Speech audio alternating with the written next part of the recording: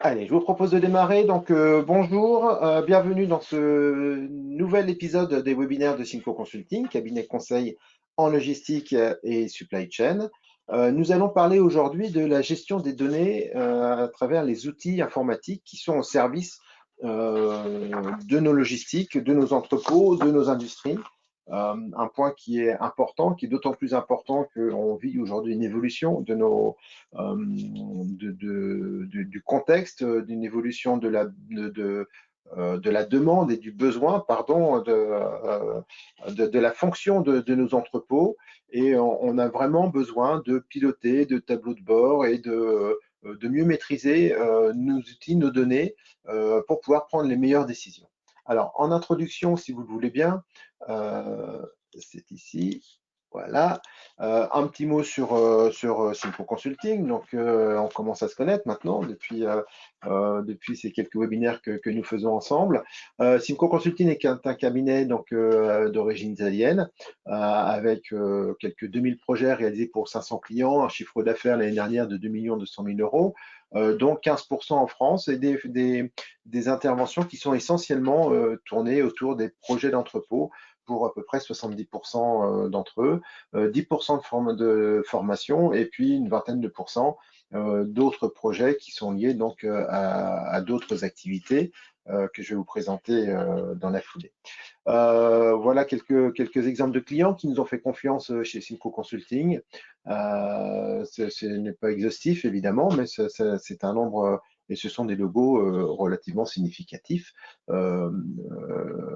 qui peuvent vous permettre de voir à qui donc vous vous adressez aujourd'hui. Simco Consulting, donc c'est une trentaine de projets qui ont été réalisés sur la France. Nous sommes présents en France depuis donc 4 ans maintenant.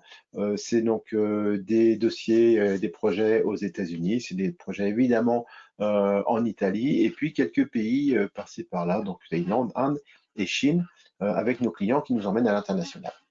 Simco, c'est essentiellement donc de l'organisation de réseau de distribution avec les schémas directeurs, c'est du master plan de l'aménagement d'usine, puisqu'on va être sur les flux entrants, les flux de transformation et les flux sortants de nos activités. On va être sur la logistique d'entrepôt qui nous amène aujourd'hui à parler donc de cette notion de WMS notamment et de gestion des données.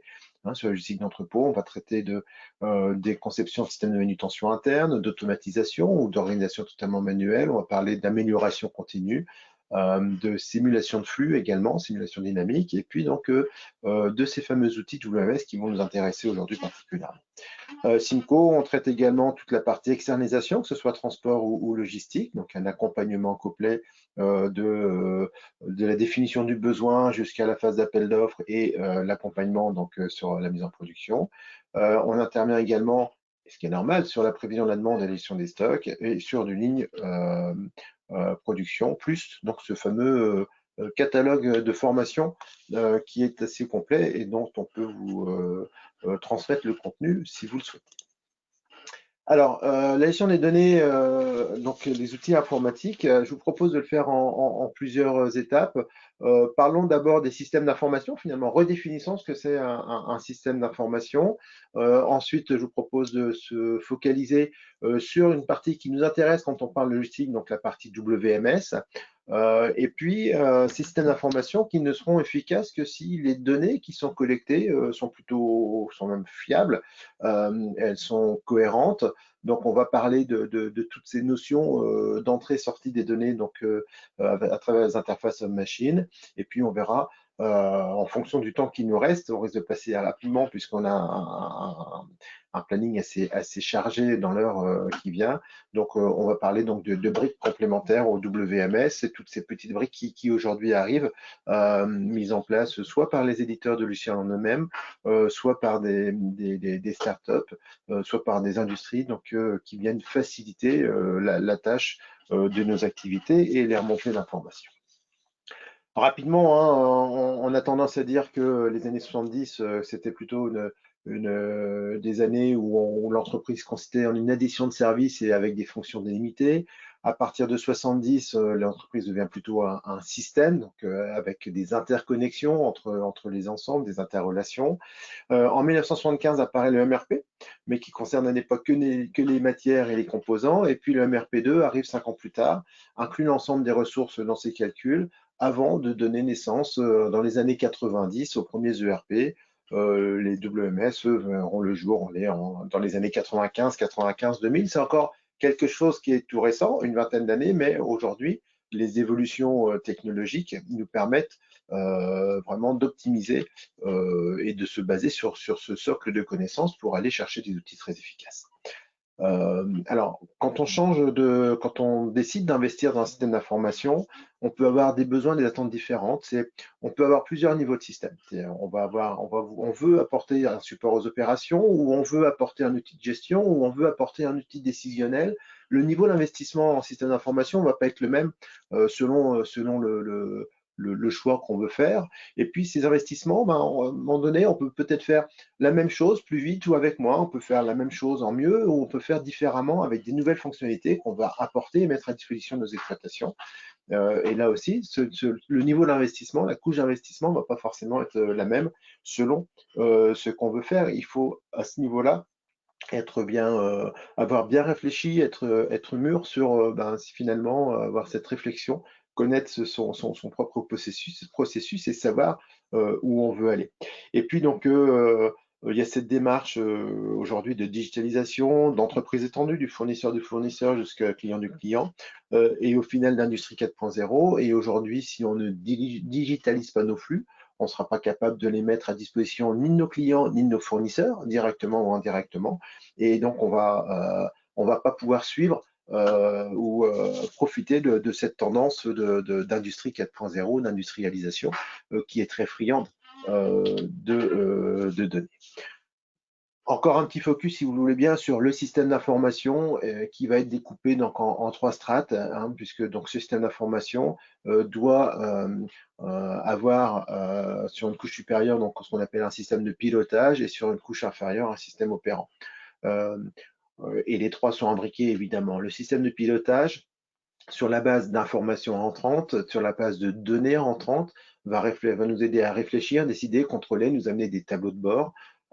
Et puis une fois qu'on prend la décision, on en informe le système d'information lui-même, qui va collecter, mémoriser, traiter, diffuser des informations. Ça, c'est la définition même du système d'information. Et puis donc transmettre cette information à un système opérant. C'est le niveau exécution, c'est la transformation, c'est la production, c'est les évolutions de statut qu'on va récolter donc au niveau du terrain, informer donc le système d'information de manière à transmettre l'info, peut-être sous forme de tableau de bord, peut-être sous forme de listing, peut-être dans n'importe quelle forme, mais en tout cas, on va transmettre cette information-là au système de pilotage, qui va re-rentrer dans une boucle pour redescendre une information et des consignes de travail sur un système opérant. Un document CXP qui est très bien fait et qui explique un peu le positionnement des systèmes d'information en supply chain, avec leur position stratégique, tactique, opérationnelle ou d'exécution. Et donc ces notions où on va retrouver nos WMS donc en gestion d'entrepôt, sur la partie exécution, évidemment, puisque ce sont des outils qui sont au terrain, des outils d'entrepôt, mais qui vont communiquer avec des ERP qui, eux, ont une fonction plutôt opérationnelle et qui eux-mêmes peuvent ou pas, selon les organisations des entreprises, remonter donc sur un système qu'on appelle un APS, Advanced Planification System, qui va nous permettre d'aller anticiper, planifier et là aussi communiquer avec nos fournisseurs, nos clients, de manière à pouvoir être prêt quand les commandes arrivent et pouvoir s'adapter le mieux possible au marché. On en a parlé, hein, donc cette structure de système d'information avec le système de pilotage, d'information opérant, si on l'applique au WMS, le système de pilotage va se contenter, va être constitué de tableaux de bord, de statistiques, de prise de décision, d'écrans d'ordonnancement, puisque on va parler d'ordonnancement dans nos gestions d'entrepôt aujourd'hui. Le système d'information va être constitué d'algorithmes, va nous permettre des rapidités de traitement, des automatisations de processus. Là aussi, ces automatisations de processus, ce sont des choses qui arrivent aujourd'hui dans nos entrepôts, là où aujourd'hui, on vient sélectionner des lignes de commande à préparer, à lancer dans des vagues de préparation, etc. on est capable maintenant d'automatiser ce processus, de rentrer notre logique et notre démarche de sélection des lignes pour aller automatiser ce processus de lancement de préparation. Et puis le système opérant qui va être fait d'interfaces homme-machine qui vont permettre le temps réel, la traçabilité, la fiabilité. Ce sont les PDA, Personnel Digital Assistant, hein, donc les scans. C'est demain ou aujourd'hui déjà sur certains sites des smartphones qui vont scanner des codes barres, qui vont aller scanner des puces RFID, des QR codes. L'idée étant d'éviter toute saisie ou toute ressaisie d'informations. Deux points essentiels, de bases de données, pardon, essentiels en termes de base de données donc de WMS. La carte magasin dans laquelle on va rentrer un certain nombre d'informations concernant des emplacements de stockage, des contraintes de stockage, des températures, et puis les fiches articles dans lesquelles on va également rentrer ces mêmes conditions. On ajoute des classes de rotation à tout ça, on ajoute des notions de valeur, des adaptations de hauteur en fonction d'un poids pour aller faciliter le travail des opérateurs. Et ce qui fait que derrière, quand on va rentrer des produits, bien, la consultation des fiches articles et des contraintes de l'article, on va affecter des adresses en fonction d'une carte magasin.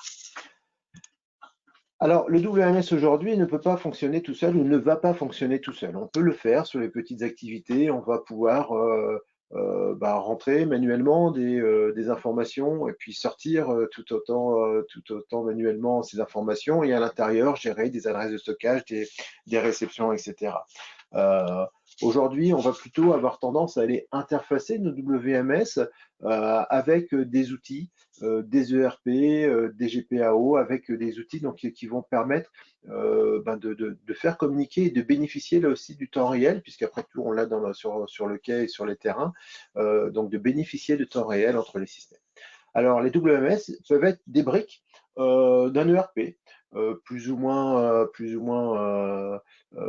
spécialisé, plus ou moins approfondi en fonction de vos besoins. Si vous êtes prestataire logistique, vous n'allez pas forcément aller chercher la brique WMS de votre ERP, puisque votre valeur ajoutée, c'est bien ces fonctions logistique, transport, entreposage, hein, par rapport à la main-d'œuvre et par rapport aux outils dont vous disposez, l'optimisation des mètres carrés, l'optimisation de la productivité. Par contre, vous pouvez très bien imaginer interfacer votre WMS avec l'ERP de votre client. Si vous êtes industriel, votre valeur ajoutée est plus sur le flux industriel en lui-même. Peut-être que la partie logistique, stockage a moins d'importance, tout au moins c'est peut-être ce que vous vous dites, mais il y a peut-être aussi des optimisations à aller chercher de ce côté-là. Et donc là, vous pouvez peut-être avoir donc, cette brique WMS qui peut soit être suffisante pour vos besoins, soit être interfacée avec votre système. Ici, l'exemple d'un ERP, d'un donneur d'ordre connecté avec le WMS de son 3PL, avec donc ce qu'on appelle les flux EDI, échange de données informatisées. Et puis, vous avez le droit d'avoir plusieurs WMS de connecter avec votre ERP en qualité de donneur d'ordre, et auquel cas, on va se retrouver sur ce type de schéma. Et puis, donc, on va interfacer, c'est-à-dire que là où on a ces flèches à double sens, ce bleu marine, on va chercher à interfacer, à faciliter l'échange et le temps réel et la transmission de données entre les systèmes. C'est pourquoi on va pouvoir aller échanger donc, des informations sur les tiers, les clients, les fournisseurs. On se pose la question, est-ce qu'il faut doubler la base de données client-fournisseur qui est déjà dans l'ERP et la remettre dans le WMS, ou est-ce qu'il suffit et on peut se contenter de transmettre ces informations en temps réel. Je reçois une commande, je sais que c'est pour tel client, j'envoie dans l'entête de ma commande le nom, les coordonnées et tous les éléments dont a besoin le WMS ou le TMS, si on parle de transport, donc dans l'entête de ma commande. Pareil pour les fournisseurs. On va échanger des annoncés et des confirmations de réception. Une demande d'achat d'un ERP va se transformer en annoncé de réception dans un WMS. Pareil pour des annonces et des confirmations de préparation. On va envoyer des bons de préparation donc au WMS qui va donc lui missionner ses caristes et préparateurs de commandes sur le sujet. On va échanger les chargements, le contenu des camions par exemple. et on peut être interfacé là aussi avec un TMS. Et puis, on va avoir tout ce qui est mouvement de stock, inventaire, changement de statut, qualité, normal, quarantaine, etc. La notion de co-packing qui peut être intéressant, de kit, et puis une réconciliation de stock toutes les nuits pour vérifier que les deux systèmes sont bien en phase, ont bien le même niveau de stock par rapport par rapport aux événements de la journée, tout ce qui est rentré, donc stock de la veille, plus tout ce qui rentre, moins tout ce qui sort, c'est le stock du soir, et on vérifie tous les jours, toutes les nuits, qu'on a bien le même stock des deux côtés, et de manière à éviter d'avoir des écarts de stock qui peuvent se cumuler à un moment donné et difficiles à interpréter. La différence, l'approche d'un ERP par rapport à un WMS, c'est que dans un ERP, on va parler en unité plutôt comptable, on va parler en unité de gestion. Ce qui intéresse un acheteur, un service ADV, un contrôleur de gestion dans un ERP, c'est de savoir combien on a de pièces, bonnes ou pas bonnes. On va avoir le distinguo. Mais combien on en a au global? Est-ce que je peux en vendre suffisamment? Est-ce que je dois en réapprovisionner, relancer la production, etc. Ce qui va intéresser le cariste, lui, et le personnel d'entrepôt, c'est plutôt ce qu'on appelle des unités de manutention. C'est que 1000 unités qui sont dans un ERP vont peut-être se transformer en 10 unités de 100 dans un WMS ou 9 unités de 100 et 2 de 50 avec des spécificités, des lots différents, avec des numéros de série à l'unité, avec des emplacements, évidemment, avec des contraintes, etc., dont on en parlait tout à l'heure quand on parlait donc des fiches articles ou les cartes magasins. Et donc, c'est une approche qui va nous permettre d'enrichir la base d'informations pour aller donner de la valeur ajoutée à ces flux d'entrepôt qui sont trop souvent considérés comme des charges, des centres de coûts. L'idée, c'est vraiment d'aller optimiser ces coûts et d'aller même donner de la valeur ajoutée à ces flux, puisqu'on peut avoir des opérations de co-packing, on peut avoir des opérations de réétiquetage, on peut avoir des opérations diverses et variées au niveau de nos entreprises. Un petit schéma ici qui peut nous expliquer que les ERP, les WMS et le gestionnaire RF sont tous deux connectés au réseau, de même que nos terminaux mobiles, ce que j'appelais tout à l'heure des PDA, qui eux vont être connectés sur un réseau Wi-Fi. Les imprimantes vont être connectées en dur et de plus en plus aussi sur le réseau Wi-Fi. Et notre WMS, qui pour le coup peut être soit hébergé chez vous, soit hébergé en mode SaaS, Software as a Service. C'est aujourd'hui une tendance, vous achetez la fonction WMS et vous achetez plus le WMS en lui-même, ce qui simplifie le service de certaines DSI, et puis ce qui également simplifie tout ce qui est partie mise à jour, entretien de serveur, etc. Alors, le WMS, de manière classique, on va l'utiliser à partir de la réception des produits jusqu'à leur rangement et la manutention. Donc, on a ici donc une réelle valeur ajoutée, encore une fois, qui va nous permettre d'optimiser des surfaces de stockage, d'optimiser la productivité en évitant d'aller ranger tout au fond de l'entrepôt un produit qui tourne très régulièrement. On va avoir des logiques et une véritable industrialisation donc, de la préparation de commandes et des chargements. Et puis, on va mettre en place aussi des statistiques donc, de pilotage et de contrôle. Donc, toute cette couche de système donc, de pilotage qui va nous permettre de récolter l'information, de savoir où est-ce qu'on en est dans nos journées de préparation, si on a du retard, quelles sont les ressources disponibles, comment on peut les affecter, etc. Et puis, on va gérer donc des petites nomenclatures, des kits, des assemblages. On va gérer des variantes logistiques, le même produit qui a une étiquette promotionnelle parce que la 6e bouteille est gratuite, mais on va pouvoir la traiter facilement à travers les fiches articles. Et puis, donc, idem pour le pilotage donc, des systèmes automatisés, c'est que si vous automatisez l'entrepôt, le WMS va transmettre les informations et les consignes au WCS, qui est le Warehouse Control System, qui va mettre en route, j'allais dire, toute la logique des automatismes de l'entrepôt, que ce soit du convoyeur, que ce soit de l'étagère mobile, que ce soit des produits type AutoStore. Cet outil de gestion d'entrepôt, aujourd'hui, on l'utilise donc, je disais, avec des notions d'emplacement, avec des notions d'articles. Ce qui est important, c'est qu'on va évidemment également flécher, entre guillemets, piloter l'opérateur, connaître l'opérateur. Ce qui est important dans cet outil, c'est une notion de traçabilité. Le produit va être suivi de A à Z dès l'instant où il rentre dans l'entrepôt et ensuite il en sort. Vous avez un suivi qui est permanent. Euh, vous savez qui a réceptionné ce produit, avec quel matériel et à quelle heure, qui l'a mis en stock, qui l'a transféré à un moment donné, peut-être pour optimiser du rangement, qui a fait telle ou telle préparation, etc. Donc on va avoir donc tout un tas de traçabilité, qu'on peut appeler traçabilité générale, entre guillemets, qui vont nous permettre à la fois de savoir qui a fait quoi, mais aussi d'aller déceler d'éventuelles sources d'erreurs quand un client constate que malgré toutes les sécurités qu'on a pu prendre avec des flashages de code barre et autres, quand on a une anomalie au niveau de la réception, eh bien, on est capable d'aller identifier à quel moment on est censé être allé prélever le colis.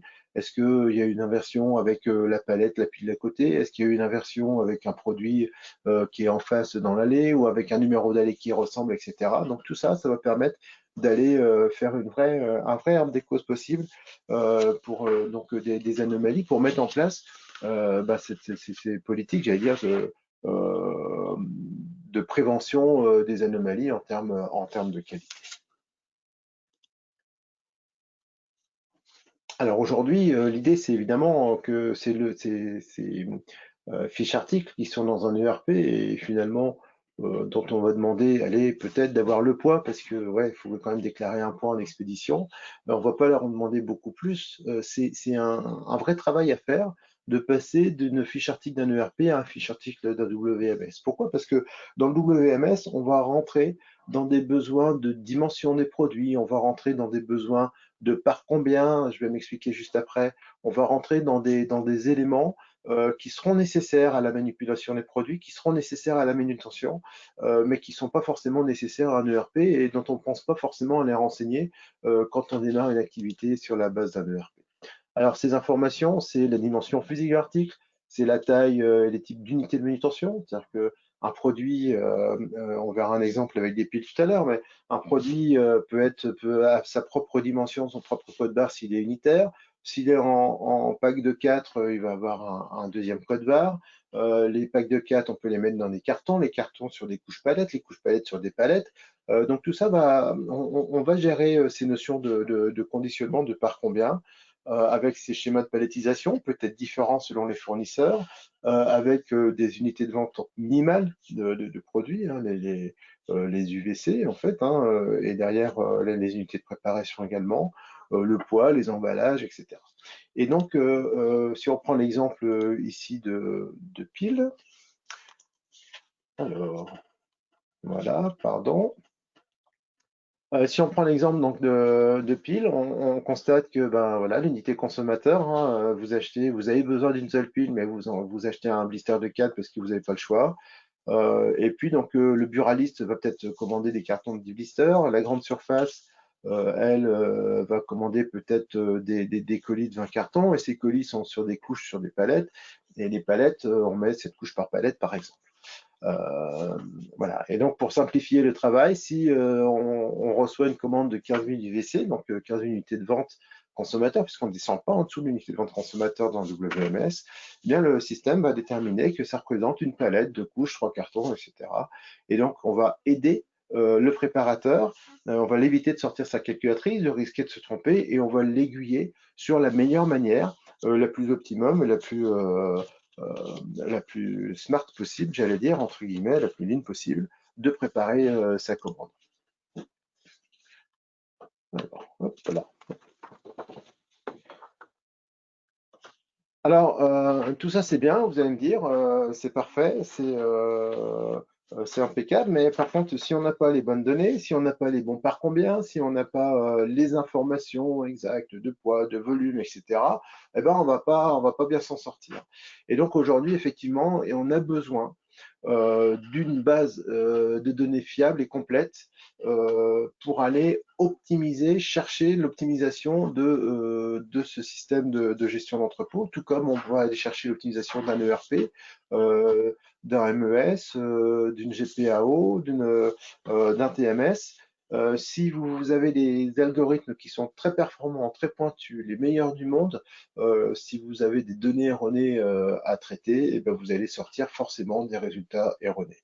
Donc c'est important à un moment donné de pouvoir surveiller ces données, surveiller ces paramétrages, de ne pas empiler les couches et de vérifier de temps en temps que les données sont bonnes et sont exactes.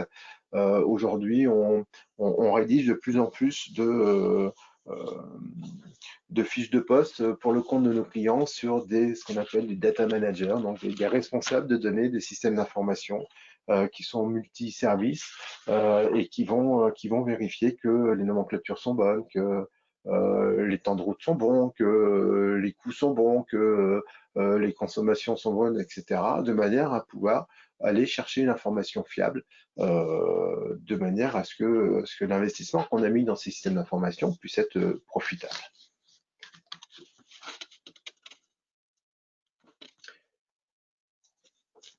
Quelques avantages dans WMS, maintenant qu'on a jeté les bases, ben, c'est la réduction de ce qu'on appelle de dock to stock. C'est-à-dire que quand on va automatiser les flux de données avec des fichiers, des étiquettes RFID, des codes barres, quand on va qualifier les fournisseurs par rapport et ça se voit beaucoup dans l'automobile, par rapport à une politique de contrôle, un échantillonnage de contrôle, par rapport à des potentiels cross-docking, c'est j'identifie que le produit que je suis en train de réceptionner, j'en ai besoin dans ma commande, donc ben on va le mettre directement en commande, on ne va pas passer par la partie stockage. Et donc on va avoir des gains indéniables à la fois sur des temps, sur les surfaces, sur la disponibilité des produits en eux-mêmes, et puis donc au global, on va avoir un entrepôt qui est plus efficace. Un autre avantage de WMS, c'est l'amélioration de la saturation des UM et des rayonnages. C'est-à-dire qu'on va aller optimiser le rangement, mettre en priorité les petites palettes dans des petits emplacements, et des grandes palettes dans les grands emplacements, de manière à ce que, ben, à un moment donné, si je mets des petites palettes dans un grand emplacement, pourquoi pas. Par contre, quand j'ai des grandes palettes, je ne pourrais pas les mettre dans des petits emplacements. Donc, on va pouvoir gérer au mieux entre ces contraintes, mais aussi les contraintes légales qui parfois ben, peuvent faire l'objet d'erreurs humaines quand on traite ces rangements à la main, j'allais dire, et avec l'expérience, les classes de danger, les conditions de stockage en termes de température, d'hygrométrie, l'interdiction de mixer tel type de produit avec tel autre type, le fait de mettre les aérosols dans les cages, etc. Tout ça va être géré directement par le système d'information qui va pouvoir donc venir calculer au mieux l'occupation et au bilan gagné donc en surface par rapport donc au stockage et en capacité de stockage. L'amélioration de la productivité se fait en optimisant les trajets. On a eu un webinaire au mois de mai ou juin, il me semble, où on a parlé préparation de commande, d'optimisation, donc avec ces différentes règles de paramétrage des chemins picking. Il y a une notion de synchronisation des réapprovisionnements, ce qui évite un préparateur de commande d'attendre 5 minutes à côté de son emplacement picking, qui est un préparateur ou un cariste qui vienne lui amener une palette en réapprovisionnement. On va avoir des informations proactives aussi de WMS qui va suggérer des prises de décision par rapport à ces réappros. On va avoir des notions, j'en parlais tout à l'heure, d'ordonnancement, c'est-à-dire qu'on va industrialiser la préparation de commandes par rapport à des lots, par rapport aux commandes qu'on peut préparer ensemble, par rapport à des horaires de départ. On va lancer des vagues de préparation, ce qui va nous permettre de gagner un temps indéniable sur la préparation. On va faire du pick and pack, on va faire du pré-colisage, c'est-à-dire qu'on va partir directement avec le bon colis. Donc, évidemment, difficile dans le vide comme ça de parler peut-être de choses qui peuvent vous intéresser, qui peuvent vous faire tilt, mais à un moment donné, dans chaque organisation, on va toujours trouver quels sont les axes, on va identifier quels sont les axes d'amélioration de la productivité. C'est des axes qu'on va pouvoir étudier notamment à travers ce qu'on appelle des études de faisabilité. Et puis, donc, on va par la même, donc diminuer les trajets et puis donc faciliter le quotidien.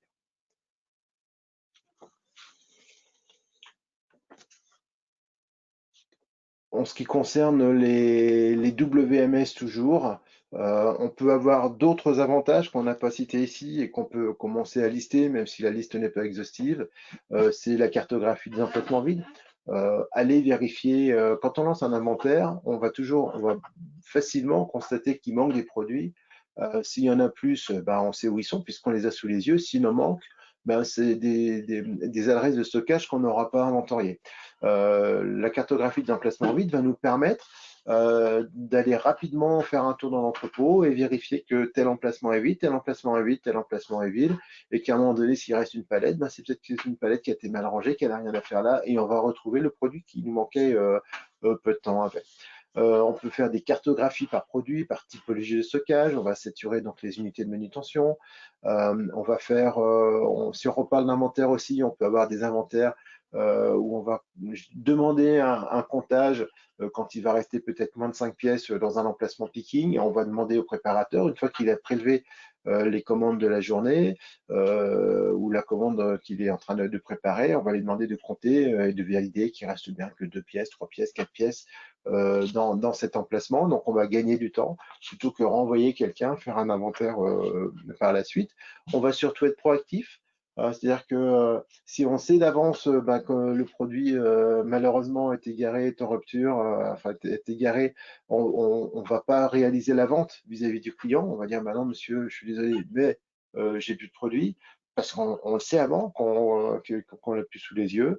S'il y a un écart d'inventaire et que le produit fait objet d'une vente, là on va générer une rupture. Donc un mécontentement client encore plus important parce que oui, on lui a fait la vente, il était censé avoir du stock et non, on ne lui envoie pas le produit parce qu'il est en rupture. Donc, deux approches différentes, une qui est beaucoup plus proactive, même si évidemment, idéalement, et les WMS sont faits pour ça. L'idée, c'est de ne plus avoir du tout d'écart d'inventaire.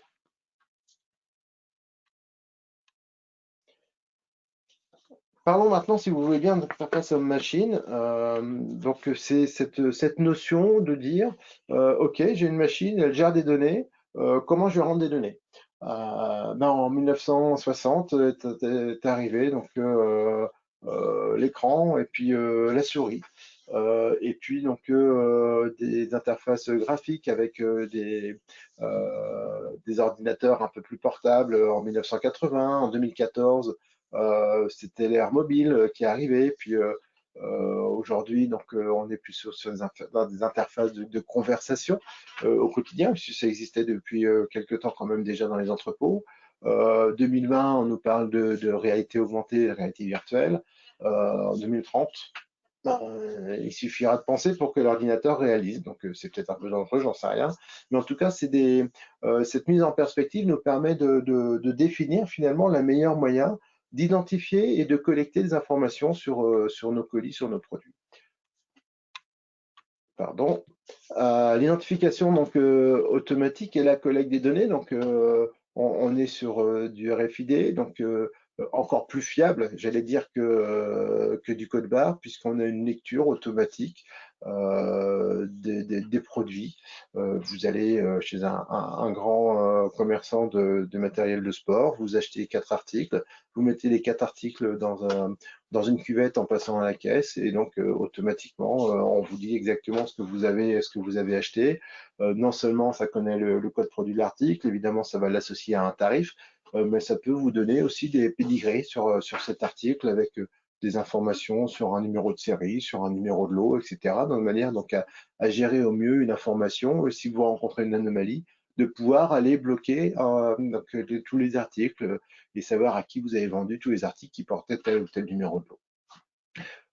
C'est une meilleure traçabilité, c'est une réduction des erreurs. On voit ici que quand on fait de la saisie, on est plutôt sur une erreur tous les 300 caractères. La reconnaissance de caractères, c'est une pour 10 000. Le code barre, c'est un pour 2,5 millions. Alors, il n'y a pas l'unité ici, mais c'est une erreur pour 2,5 millions. Voilà, donc le RFID, c'est encore moins. Sous réserve quand même, et il faut le valider, il faut faire des essais pour ça, que vous n'ayez pas trop de structure métallique dans vos produits qui pourraient venir intercepter donc, des notions donc, de lecture de puces RFID. On gagne en temps, on gagne en temps réel, on n'a même plus d'opérateurs qui viennent flasher les étiquettes collées une par une, on passe à l'intérieur des portiques, entre des portiques, et on a donc l'information de ce qu'on a fait passer.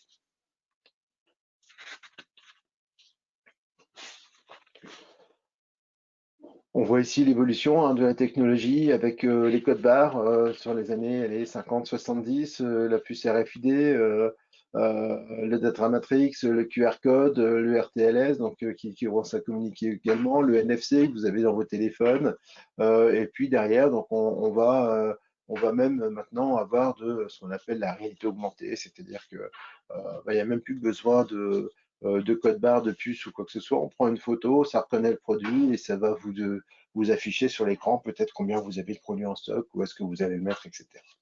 On est encore aujourd'hui dans les entrepôts très code barre et très RFID.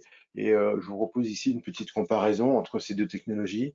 Voilà, le code barre coûte rien, entre guillemets. Si vous êtes sur des codes barres donc, type EAN13, oui, vous allez acheter un code barre unique pour gérer votre produit, mais vous pouvez aussi avoir des codes barres internes qui, eux, sont totalement gratuits. Il suffit d'avoir le bon traducteur de code barre par rapport à vos systèmes d'information et la compatibilité. Et puis on a le QR code qui est arrivé également, qui va permettre de gérer une multitude d'informations, qui va peut-être vous permettre d'aller gérer, d'aller enrichir un produit avec une information en fonction d'une blockchain par exemple. C'est-à-dire qu'à chaque étape, on rajoute une information qu'on va pouvoir gérer et garder en trace. À côté, vous avez donc le RFID qui lui va donc être soit donc qui va pouvoir être soit communicant ou pas, c'est-à-dire que donc passif ou actif, pardon, je cherchais le terme, c'est-à-dire que soit la puce RFID à un moment donné dit coucou, je suis là, ne m'oubliez pas, soit c'est vous qui passez avec une raquette, avec un capteur, un scan pour dire qu'est-ce que j'ai sur cette palette-là, et donc le RFID donc, va être détecté à ce moment-là. On a donc des très bonnes compétences de lecture, d'écriture, on a une robustesse, mais elle n'est toujours pas très répandue parce qu'elle a encore un coût, c'est le coût de la puce tout simplement, donc tout le monde ne l'applique pas. En interface on-machine, puisque ça fait partie, les puces RFID et les codes barres font partie de ces interfaces on-machine. On a le support papier, on a le terminal RF, qu'on appelle communément PDA, on a le voice speaking, on a le système donc Pick to Light, c'est la machine qui éclaire avec un flux LED la position dans laquelle on doit prélever un produit. On a le Put to Light, on a ici le système de tripostage, c'est-à-dire qu'on a une commande qui a 3 articles, on réceptionne ou on prélève le premier article, on va le mettre dans un emplacement vide, et puis dès l'instant qu'on va toucher un deuxième article qui est concerné par la même commande, l'emplacement va s'allumer pour dire mets l'article dans cet emplacement, et ainsi de suite jusqu'à ce que la commande soit complète. Le système de vision picking qui arrive également à grands pas dans nos entrepôts, donc un écran qui s'intègre ou qui se superpose sur la base de lunettes, très proche de l'œil, mais donc avec une netteté et un grand niveau d'information. Et puis donc la réalité augmentée qui va, donc je le disais tout à l'heure, nous permettre d'aller prendre une photo à un moment donné et donc de rajouter des informations sur cette photo. Bon, les terminaux RF, voilà, c'est des pistolets. Aujourd'hui, on arrive avec nos smartphones qui sont Android, qui marchent très bien également pour dans le cadre de la gestion d'entrepôt. On a ces systèmes de brassards avec des bagues qu'on met donc des bagues de lecture RFID. Donc on passe une bague au doigt et puis avec le pouce on appuie sur le bouton quand on veut flasher un code barre. L'avantage c'est de la main libre. La main libre c'est aussi voilà, cette tablette que vous avez sous les yeux qui va peut-être communiquer en Bluetooth avec un scan. Donc plus de câbles,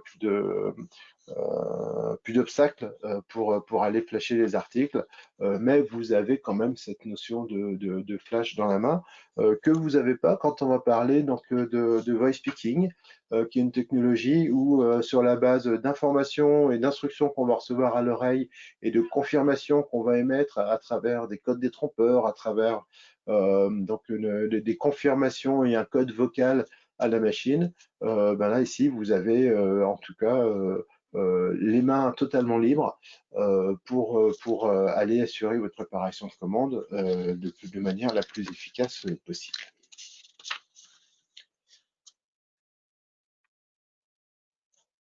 Le pick to light, j'en parlais tout à l'heure, hein, donc on prélève et donc c'est la machine qui va par l'intermédiaire d'un code couleur et par l'intermédiaire, pourquoi pas, d'une quantité, nous dire, ben, pour préparer cette commande-là, il va falloir prélever un colis, 2 articles, 3 articles, 4 articles dans cet emplacement-là, etc. Le put to light, c'est le casier dont je vous parlais aussi, je l'avais un petit peu développé précédemment. Donc typiquement, on peut avoir des put to light soit sur des étagères de préparation mobile qui peuvent être transportées par un préparateur de commande ou simplement en tant que piéton dans un rôle. Et ici, donc, on va en tout cas illuminer le casier dans lequel on est en train de préparer la commande. Et puis donc un mélange hein, donc de réalité augmentée et donc d'identification donc à travers des lunettes. Donc ici on a cette notion de vision picking donc qui permettent par une toute petite lentille très faible mais comme elle est très proche de l'œil, va pas gêner donc le champ de vision de l'opérateur mais va lui donner des informations en direct connectées avec les systèmes d'information.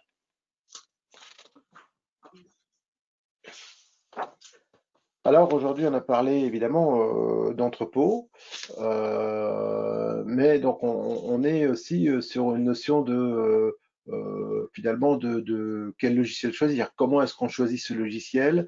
Est-ce qu'on le développe en interne? Est-ce que c'est une brique intégrée à l'ERP? Est-ce que l'outil, c'est un outil de marché qu'il faut qu'on personnalise ou est-ce qu'il est déjà préparamétré par rapport à un secteur pharmaceutique, agroalimentaire, etc. Et donc, ben, on va se poser la question et surtout, on va aller analyser le marché et l'existant. Et vous allez toujours partir de vos process actuels. C'est qu'est-ce qu'on fait aujourd'hui? L'essentiel, il faut vraiment, avant tout projet, il faut maîtriser l'existant, vos processus. Avoir une bonne connaissance, c'est ce qui va vous permettre d'aller rédiger un bon cahier des charges aussi par rapport à ce que vous voulez. Mais vous connaissez l'existant, vous pouvez faire des salons. Alors, les salons en ce moment sont un peu réduits, hein, malheureusement, avec les données sanitaires actuelles, mais vous allez pouvoir avoir la prospective et savoir ce que font les logiciels du marché et ce qu'ils pourraient apporter à votre activité. Et donc, vous allez avoir votre futur outil qui va avoir des fonctionnalités donc qui vont quelque part, si on regarde bien, dépasser les fonctionnalités, ce qui est normal puisque ça fait 20 ans que vous avez investi, vous n'avez encore pas investi dans le WMS, forcément, vous avez des fonctionnalités nouvelles qui arrivent. Et donc, vous avez une intersection entre l'existant et le futur. Et je vous propose d'interpréter à chaque fois cette partie-là. La partie commune, vous allez devoir adapter vos processus. C'est peut-être plus tout à fait les mêmes étiquettes, c'est peut-être plus tout à fait les mêmes appellations d'allées, de produits, etc. Enfin, les produits, on va les conserver. Donc, on va adapter notre organisation par rapport au futur de l'ES, par rapport à des nouvelles interfaces, etc. Vos processus actuels ne sont pas forcément couverts par le futur de l'OMS. C'est l'occasion de se poser la question. Si c'est pas couvert, c'est que peut-être il n'y avait pas besoin de le faire, ou peut-être qu'il va falloir faire différemment. Et en tout cas, on va demander, on va se poser la question. Ça va rester que il faut continuer à faire un petit développement pour imbriquer là ce que je faisais spécifiquement sur mon activité, ou est-ce que je peux m'en passer et faire différemment et substituer une activité en une autre et améliorer. Et avec un objectif d'amélioration continue et de lean management, peut-être on peut arriver à régler ce problème de tâches. Et puis, le futur de l'OMS fait des choses que vous ne faites pas encore.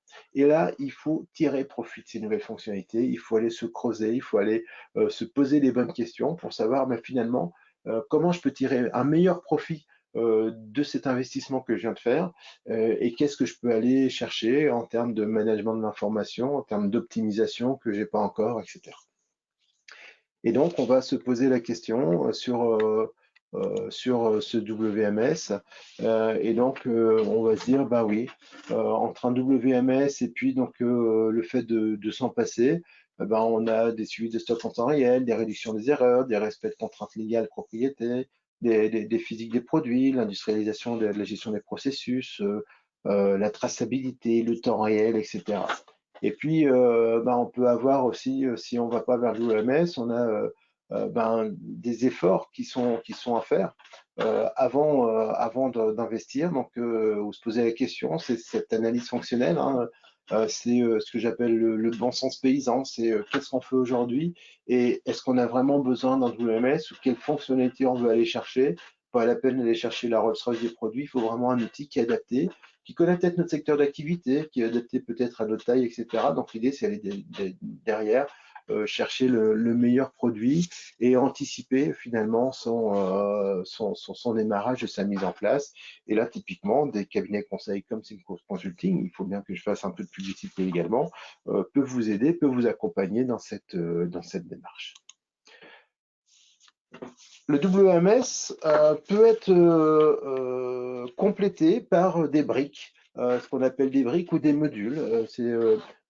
Alors intégrés ou pas, hein, nous avons donc des briques typiquement qui sont la gestion des rendez-vous, le slot management que je vais détailler après. Vous avez l'ordonnancement, l'affectation des missions, qui est un point qui est capital au niveau donc, de l'optimisation de la productivité de nos entrepôts, au niveau du respect des horaires et des cut-offs.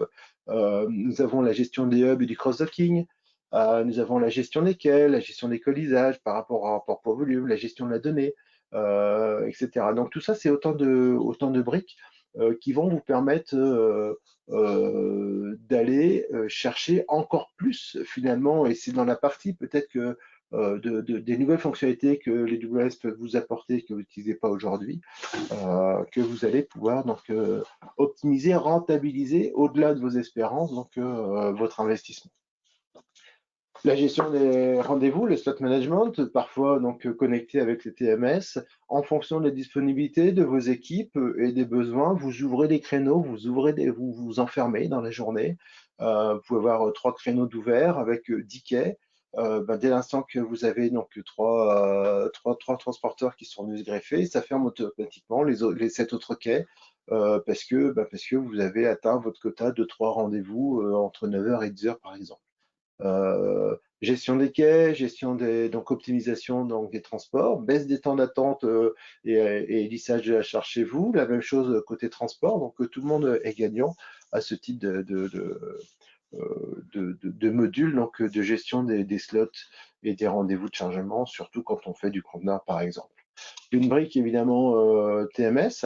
Alors on est soit sur la connexion TMS, soit sur des petites briques TMS, où on peut avoir des briques avec un TMS, donc ce qu'on appelle un TMS chargeur, c'est-à-dire que en fonction de la préparation de la commande, en fonction de sa destination, le système sait qu'il doit connecter, qu'il doit interroger tel ou tel transporteur à partir de tel moment pour lui proposer donc de venir chercher cette marchandise. On peut avoir un TMS donc transporteur aussi si vous avez donc vos transports en propre ou si vous êtes donc transporteur en vous-même. Le yard management est une brique complémentaire au DMS, c'est la gestion des quais. Vous avez 70 quais dans votre entrepôt.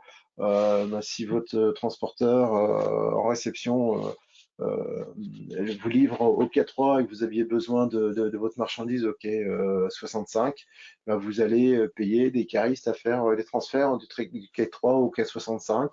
L'idée, c'est d'informer directement et de dire, puisque c'est telle famille de produits, puisque ça va chez telle destination, etc., vous allez pouvoir identifier dès le départ, dès l'affrètement ou la confirmation du transport, affecter donc un numéro de quai et gérer également la disponibilité de ce quai vis-à-vis de vos transporteurs. Autre brique complémentaire, donc la partie donc d'information et de suivi en temps réel, hein, suivre donc le RTLS. En fait, vous équipez de manière temporaire vos opérateurs, vos caristes avec avec des puces. Et puis donc vous allez faire une flowchart avec exactement tous les circuits, toute la circulation que va pouvoir faire vos salariés donc à l'intérieur de votre entrepôt. Et pouvoir analyser des zones peut-être de forte affluence en fonction des horaires de journée et pouvoir agir et limiter au mieux donc, les trajets et les déplacements donc, de vos équipes caristes et préparateurs de commandes au niveau de l'entrepôt. Autre brique complémentaire du WMS, c'est donc la configuration des unités de manutention quand il s'agit d'anticiper des chargements de conteneurs, des chargements de camions pour optimiser la surface, etc. Ici, on a des logiciels qui sont relativement faibles en termes de coûts et qui vous permettent de gagner et d'optimiser donc sur la palettisation, sur la surface, sur du volume. Aujourd'hui, de plus en plus, les transporteurs nous imposent des facturations avec un ratio poids-volume. Ça permet de gagner du volume, d'optimiser donc nos chargements. Dernière brique, évidemment, dont on peut parler, mais il en existe beaucoup, c'est cette brique de business intelligence, de cockpit de pilotage, d'indicateurs qui vous permet aujourd'hui soit de prendre des décisions par vous-même, soit sur des décisions un peu moins importantes, de prendre la décision par lui-même. Voilà, l'idée c'est là aussi de bénéficier de ce temps réel, de pouvoir s'adapter, être le plus réactif possible vis-à-vis d'une journée de préparation de commande. Alors, nous arrivons déjà au terme de ce webinaire. Je vois que nous sommes sensiblement dans les temps. Le WMS, oui, évidemment, un WMS, ça a un apport certain à votre activité d'entreposage, qu'elle soit en aval, en amont d'une activité de transformation, qu'elle soit sur une activité de négoce, qu'elle soit sur un entrepôt ou un centre de distribution, qu'elle soit pour vous-même en tant que chargeur ou pour le compte d'un prestataire logistique. Oui, un WMS est forcément intéressant quand on dispose de surface et de stockage. Cependant, il faut qu'il soit bien préparé. C'est un outil qui est incontournable pour la logistique d'aujourd'hui et encore plus pour celle de demain. Nos entrepôts donc, ont un besoin qui se transforme, on bascule sur du e-commerce, on a besoin de plus en plus de traçabilité, on a besoin de gérer des lots, on change sans arrêt de configuration de préparation. Donc oui, un bon WMS peut nous apporter de l'optimisation de manière très incontestable de la réactivité et du temps réel. C'est une réponse à l'évolution de la supply chain et des contraintes d'organisation. C'est un gain de surface, de productivité. C'est cette information qu'on sait gérer en temps réel et qu'on sait mettre à disposition d'une place de marché, peut-être tout simplement. Par contre, c'est un projet qui doit être structuré, suivi avec une méthodologie. On ne se lance pas dans l'implémentation d'un WMS sans vraiment prendre le temps d'analyser le besoin, de savoir où est-ce qu'on en est, d'avoir un niveau de maturité. Et là, forcément, à nouveau, je ne peux que faire la pub de nos services. Quelque part, c'est bien l'objet de nos webinaires, évidemment. N'hésitez pas à nous appeler. On connaît pas mal de WMS du marché. On a des grandes expériences sur la rédaction de cahiers des charges, sur la gestion d'appels d'offres WMS, et on saura vous aider à faire le point et savoir plutôt vous orienter par rapport à vos besoins. Avant de vous passer la parole à travers vos claviers, interface homme-machine, malheureusement, on n'ouvre pas les micros, on est sur du clavier, n'hésitez pas à poser vos questions. Deux dates à retenir et d'autres qui vont venir, et je vous cible vraiment celle-ci, vendredi 13 novembre, avec un format un peu exceptionnel de webinaire, puisque nous parlerons d'études de faisabilité, cette étude qui peut mener donc à la mise en place et à l'élaboration donc de WMS. Donc la clé pour choisir vos solutions d'entreposage avec deux études de cas et deux témoignages clients. Donc L'Oréal qui va témoigner sur un accompagnement donc, de Simco Consulting sur son site de Vichy, et puis le groupe Sebin que nous avons accompagné également donc, du côté de Cergy, au nord de la région parisienne, deux clients qui ont accepté de venir témoigner auprès de vous de l'accompagnement de Simco Consulting. Donc un format exceptionnel, 9h30, 12h30, le vendredi 13 novembre, et soyez assurés que ce vendredi 13 vous portera bonheur. Voilà, je vous propose de laisser la place aux questions. Ce que je vous ai pas dit en introduction du webinaire, c'est que évidemment, vous pourrez récupérer donc le support de présentation qui nous a servi aujourd'hui, et puis vous pourrez également sur le site donc, de Simco Consulting, et vous recevrez le lien, revoir en replay ce webinaire si tant est que vous en ayez besoin. Le mieux, c'est peut-être simplement de nous contacter. Vous avez ici mes coordonnées, vous avez mon numéro de téléphone. Si vous avez des questions, si vous avez des projets, n'hésitez pas. Nous sommes à votre disposition. Et maintenant, je vous propose de faire place à la séance de questions.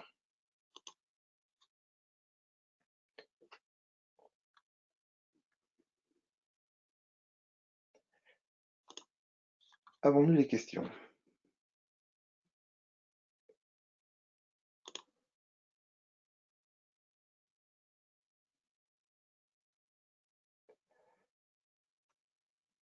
Alors, nous avons une personne qui a une main levée parmi vous, voilà, et qui pose une question que je vais m'empresser d'aller voir. Alors, on me demande, bonjour Monsieur Cudel, quelles sont les spécificités des différents WMS? Ah, alors, on a des points communs, en tout cas sur les WMS, c'est qu'ils vont gérer le stock, ils vont gérer la traçabilité, ils vont assurer correctement des entrées et des sorties. Des spécificités, on peut avoir des WMS qui sont plus orientés sur tel ou tel type d'activité. Vous avez des éditeurs qui ont édité plutôt des WMS avec un paramétrage plutôt orienté pharmacie, d'autres parapharmacie, euh, grande distribution ou plutôt atelier entrepôt industriel. Les spécificités vont être plutôt ici, c'est-à-dire que des WMS qui vont plutôt commencer à s'adapter à votre secteur d'activité. Vous en avez d'autres qui vont être peut-être plus orientés sur la récupération d'informations dans un ERP pour plutôt la transmettre dans un WCS, donc sur une notion donc de pilotage de systèmes automatisés. Euh, Vous avez les spécificités plutôt en taille. Voilà, vous avez des tout petits WMS qui marchent très bien avec des bonnes transactions sur lesquelles vous pouvez avoir des notions de ce qu'on va appeler EDI, donc échange de données d'information informatisé, des EDI à travers des fichiers Excel ou à travers des mails, voilà, qui ne demandent pas d'industrialiser vraiment un processus, d'avoir des serveurs FTP pour échanger et autres. Voilà, donc plutôt sur des petits comptes. Vous avez des WMS qui vont plutôt être vraiment basés vraiment sur tout ce qui est traçabilité. Voilà, puis d'autres qui seront peut-être meilleurs aussi. Je parlais tout à l'heure d'automatisation des processus, donc sur les processus donc de lancement de préparation, de sélection de produits par rapport à la préparation de commandes notamment. Donc, on a toute une gamme de WMS aujourd'hui, toute une gamme d'éditeurs, du plus petit au plus gros.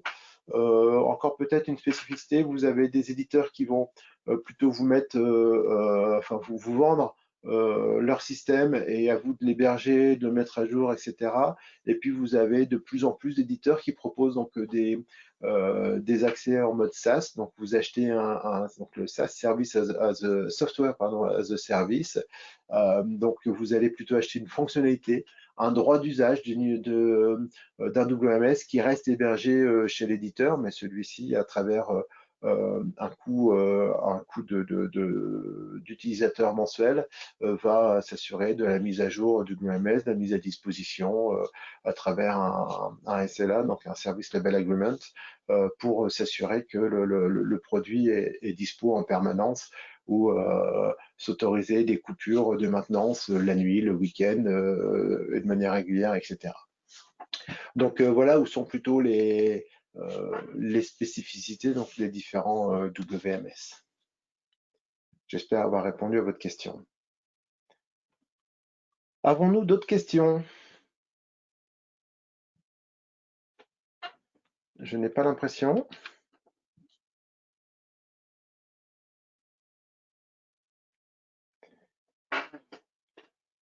Bien, bah, écoutez, vous avez sous les yeux donc mes coordonnées. N'hésitez pas à consulter le site simcoconsulting.fr. N'hésitez pas également à aller, on dit comment, liker, c'est ça, notre page sur LinkedIn.